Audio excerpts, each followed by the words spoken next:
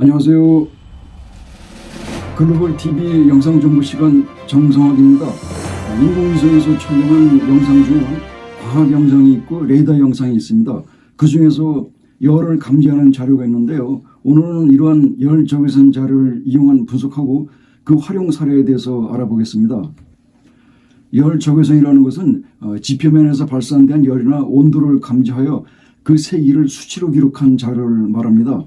데이터는 영상에서 육안으로 검고 하얗고 흑백으로만 보이는데요. 유의미한 분석을 위해서는 이 자료를 지표면 기온으로 변환 처리해야 합니다. 여기서 온도와 기온의 의미상 차이가 있는데요. 온도는 따뜻함과 차가움의 정도를 나타내고 기온은 대기온도 즉 섭씨를 의미한다고 합니다. 대표적인 열 적외선 위성 자료에는 미국 나사에서 운영하는 랜셋 위성이 촬영한 OLI 영상의 10번째 밴드가 있습니다. 이 자료가 열 적외선이고 TIR이라고 부르며 해상도는 100m입니다. 랜셋 시리즈 위성은 8호하고 9호 두 기가 있어서 8일 간격으로 교대로 촬영을 하고 있고 일반에 무료로 자료를 공개를 합니다. 자료의 출처는 얼스 익스플로러라는 웹사이트에 누구나 들어가서 다운받으면 됩니다. 열 적외선 활용 분야로는 지구온난화 관련 분석이 있는데요. 도시 열섬 현상 등 지표면 온도 변화 연구 등에 널리 활용되고 있고 또한 군사 산업시설에서 발생되는 열을 감지하여 그 시설의 가동 상황을 모니터링하는 데 쓰기도 합니다. 주요 군사 분야 활용 사례로는 비욘드 패럴렐이라는 웹사이트에 들어가 보면 영변 핵시설 가동 상황을 열 적외선으로 분석한 심층 자료가 다수 나옵니다. 여기서 비욘드 패럴렐은 빅터차가 운영하는 대북 전문 매체입니다. 빅터차는 뉴욕에서 출생한 한국계 미국인이고 한국어는 전혀 못한답니다. 반면 성김은 한국말을 유창하게 하고요. 빅터차는 조지타운 대학 교수이자 미국 전략국제문제연구소 CIS 한국 석좌입니다.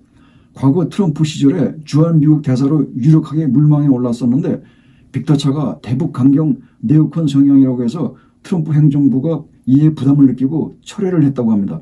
언젠가는 빅터차가 주한 미국 대사로 부임해서 올 걸로 그렇게 예상을 하고 또한 기대를 합니다. 열 적외선 자료를 이용하여 지표면 온도를 산출하는 절차는 이와 같습니다. 1단계에서 6단계의 과정을 순차적으로 거쳐서 지표면 기온을 산출하는 건데요. 기술적인 사항은 그만 생략하겠습니다. 복잡한 수식은 전공자들이 고민해서 다룰 일이고 여러분들은 굳이 아실 필요까지 없습니다. 열 적외선 분석 절차를 그림으로 나타내면 이와 같습니다. 좌상단에 플래닛이라는 고화질의 3m짜리 영상이 있는데 이는 베이스 자료이고 그냥 참고로 쓰는 겁니다. 좌하단에 흑백의 TIR 영상이 있습니다. 열 적외선인데 해상도는 100m고 흑백이라서 검고 하얗고 그렇게만 나타납니다. 온도가 높으면 하얗고 온도가 낮으면 어두운 색, 즉 검게 표현이 됩니다. 오른쪽에는 플래닛 영상을 베이스로 깔고 그 위에 열 적외선을 중첩한 겁니다. 열 적외선에 색상을 입혀서 온도가 높으면 빨간색, 온도가 낮으면 차가운 청색으로 표현을 했고요. 베이스 영상이 보이도록 색상을 반투명 처리를 했습니다. 빨간색 부분이 두 곳에서 유난히 눈에 띕니다. 이걸 핫스팟이라고 부릅니다. 우상단에는 열 적외선을 섭씨 온도로 환산을 해서 1도 간격으로 표현을 한 겁니다. 이렇게 해서 지표면 주요 시설의 섭씨 기온이 얼마인가를 알아낼 수 있습니다. 열 적외선 기온의 정확도를 살펴보겠습니다. 열 적외선 기온은 단계별 절차와 수식에 의해서 간접 산출된 것이라서 그래서 당연히 오차를 수반합니다. 그 오차 범위는 연구 문헌에 의하면 플러스 마이너스 3도라고 합니다. 정확한 것은 지상에서 온도계로 직접 측정하는 것입니다. 그런데 열 적외선 기온하고 그 기상 관측소 자료와는 차이가 있는데요. 열 적외선 자료는 지표면 기온, 즉 스킨 템퍼리처라고 하고요. 기상 관측 자료는 1.5m 높이에서 측정한 것입니다. 따라서 둘 사이에는 약간의 차이는 있습니다. 남북 간 기상 관측 방식 차이에 대해서 잠깐 알아보겠습니다. 남한은 센서 기기로 측정을 해서 자동으로 전산 DB에 입력이 된답니다. 전국 75개 지점에서 일일 기상자료, 즉 최고 및 최저 기온하고 강수량을 측정을 해서 세계 기상기구 WMO에 자동으로 전송을 합니다. 반면에 북한은요. 27개 기상 관측소에서 재래식 수동 방식으로 측정을 해서 WMO에 제공을 하는데 북한은 사람이 수동으로 측정을 하는 거기 때문에 오차나 오류 등 신뢰도 저하에 문제가 따릅니다. 따라서 이러한 오류를 감안을 하고 봐야 됩니다. 북한이 국제기구에 공개하는 대부분의 자료는 이런 문제 때문에 참고용으로만 간접 활용되고 있는 실정입니다. 다음으로 열적외선 영상을 활용한 분석 사례에 대해서 알아보겠습니다. 먼저 개성공단 시설 무단 가동을 분석한 사례를 알아보고요. 두 번째로 영변 핵시설 가동 현황에 대해서 살펴보고, 다음으로 북한 대규모 온실 농장 겨울철 난방 실태를 분석한 사례까지 차례로 간략히 살펴보겠습니다. 개성공단을 열 적외선으로 분석한 건데요. 오른쪽 영상에서 보면요, 핫스팟이 두 군데 눈에 띕니다. 두 곳 시설에서 열이 많이 발산되고 있다는 겁니다. 논 지역을 보면 거기는 차가운 청색으로 나타나는데 논에서는 열을 발산하는 게 없기 때문입니다. 산림 지역도 마찬가지로 열을 내는 게 없기 때문에 차가운 청색 계통으로 나타납니다. 반면에 인공시설 지역에서는 온도가 차츰 높아지는 것으로 나타나는데요. 이곳에서 자체적으로 열을 발산하는 건 아니고 태양열을 받아서 그 열을 다시 반사하는 겁니다. 한여름철에는 도심 지역이 뜨겁게 나타나는데 이렇게 도시가 뜨거워지는 것을 도시열성 현상이라고 합니다. 우리의 도시가 뜨거워지는 것을 막으려면 도심 속에 숲을 많이 조성해서 온도를 낮춰야 합니다. 이러한 도시열성 현상 연구에 열적외선이 유용하게 활용됩니다. 개성공단 지역을 열적외선으로 섭씨기온으로 변환을 해서 살펴봤습니다. 핫스팟이 네 군데에서 뜨거운 열을 발산하고 있습니다. 전자공장 2곳, 섬유공장 1곳, 제조업공장 1곳입니다. 노란색은 미열을 발산하는 곳인데 미열지대가 넓게 공장지대에 걸쳐 펼쳐져 있습니다. 미열지대까지 치면 개성공단 시설 무단 가동 지역은 핫스팟 4곳 외에도 훨씬 많이 있을 것 같습니다. 통일부에서는 개성공단에서 30여 곳이 무단 가동되고 있다고 했는데 아마 그렇게 될 것 같습니다. 영상 촬영 시기가 지난 2월 말에 찍은 건데 한반도가 무척 추울 때였습니다. 시설에서 열을 발산하는 것은 공장 기기를 가동하는 것도 있고 그 외에 자체적으로 난방을 떼는 것도 포함됩니다. 다음 활용 사례로 영변 핵시설에 대해서 열 적외선으로 분석한 내용에 대해서 설명드리겠습니다. 기록적인 북극 한파가 몰아쳐서 한반도 전체가 몹시 추웠던 지난 2월 초순 온 산하가 꽁꽁 얼고 눈으로 뒤덮인 가운데 영변에서 주요 핵시설이 가동 중인 것이 열적외선에서 포착이 됐습니다. 제철이 시설하고 우라늄 농축 시설에서 높은 열을 발산하여 빨간색으로 유난히 밝게 빛나는 것이 포착이 됐습니다. 또한 오메가 원자로 지역에서도 마찬가지로 열을 발산하는 것이 감지됐습니다.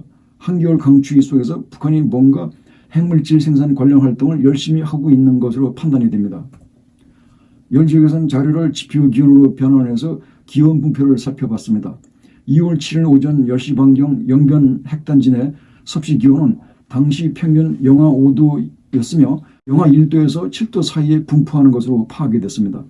그런 가운데 제철이 시설하고 우라늄 농축 시설은 그 주변에 비해서 온도가 높아서 영하 1, 2도를 보였습니다. 오메가 원자로 지역도 주변에 비해 기온이 높은 것으로 나타났습니다. 해상도 3m인 고화질의 플래닛 영상을 배경으로 하고 열 적외선으로 분석한 자료 중 높은 기온을 나타내는 자료만 따로 추출해서 그 위에 얹었습니다. 제철시설하고 우라늄 농축시설에서 고열이 발생됩니다. 제철시설에서는 유난히 고열을 발생하는 곳이 소각시설이 있는 지역인데요. 뭔가 소각활동을 열심히 하고 있는 것 같습니다. 우라늄 농축시설에서는 농축공장에서 고열이 발생되고 있습니다. 원시 물리기 따위가 맹렬히 돌면서 열심히 농축활동을 하는 것으로 보입니다. 이곳 시설 두 곳에서 플루토늄과 우라늄 핵물질을 세상 모르게 비밀리에 숨어서 한겨울에도 열심히 생산하고 있는 게 아닌가 의심이 듭니다. 다음에는 북한이 세계 최대 규모라고 자랑하는 대규모 온실 농장 겨울철 난방 실태에 대해서 열 적외선으로 분석한 내용을 살펴보겠습니다. 환경북도 경성군 중평리 온실 농장은 200헥타 약 60만 평 부지에 2019년 말에 대규모로 준공이 돼서 3년여 운영이 되고 있습니다. 열 적외선 분석 결과를 보면요, 난방이 고르지 못하고 관리도 제대로 안 되는 것 같습니다. 온실 중앙 부근에 고열을 발산하는 핫스팟이 둥그런 모양으로 조그맣게 뭉쳐있고 주변으로 갈수록 기온이 점점 떨어집니다. 온실 농장 전체가 따뜻하고 온도가 두루 균일하게 난방이 원만히 잘 돼야 하는데 핫스팟 지역만 난방이 제대로 되고 주변 지역은 기온이 낮아져서 추워 보입니다. 기온이 낮으면 채소가 잘 자라지 못하고 시들어서 죽게 됩니다. 그래서 데일리 양키하고 RFA 보도에 따르면요, 중평 온실 농장의 채소 생산 실적이 매우 저조해서 생산량의 계획량에 훨씬 못 미쳤다고 합니다. 열 적외선 영상에서 난방이 잘 안 되는 상황이 그대로 드러납니다. 함남 연포 온실 농장은 북한의 세계 최대 규모라며 김정은의 2022년 치적이라고 자랑을 했는데요. 지난해 10월에 성공이 돼서 첫 온실 재배 및 생산에 들어갔습니다. 열 적외선 분석 결과를 보면 온실 전체 평균 기온이 영상 7도이고 대체로 6도 이상으로 난방이 그런 대로 되는 것 같습니다. 지난해 말에 지어서 시설과 장비가 새로 갖춰졌고 또 첫 해 생산이니까 난방 및 운영에 만전을 기하는 것으로 그렇게 보여집니다. 맺은 말입니다. 열 적외선 영상의 장점은 과학 영상이나 레이더 영상과 달리 열 발산 물체나 시설을 탐지하고 그 동향을 분석하는 데 유용합니다. 그래서 열 분석 관련 아이디어를 도출하고 활용 분야를 발굴하는 노력이 필요하다는 다짐을 하면서 오늘 시간 여기서 마칩니다. 시청해 주셔서 대단히 감사합니다.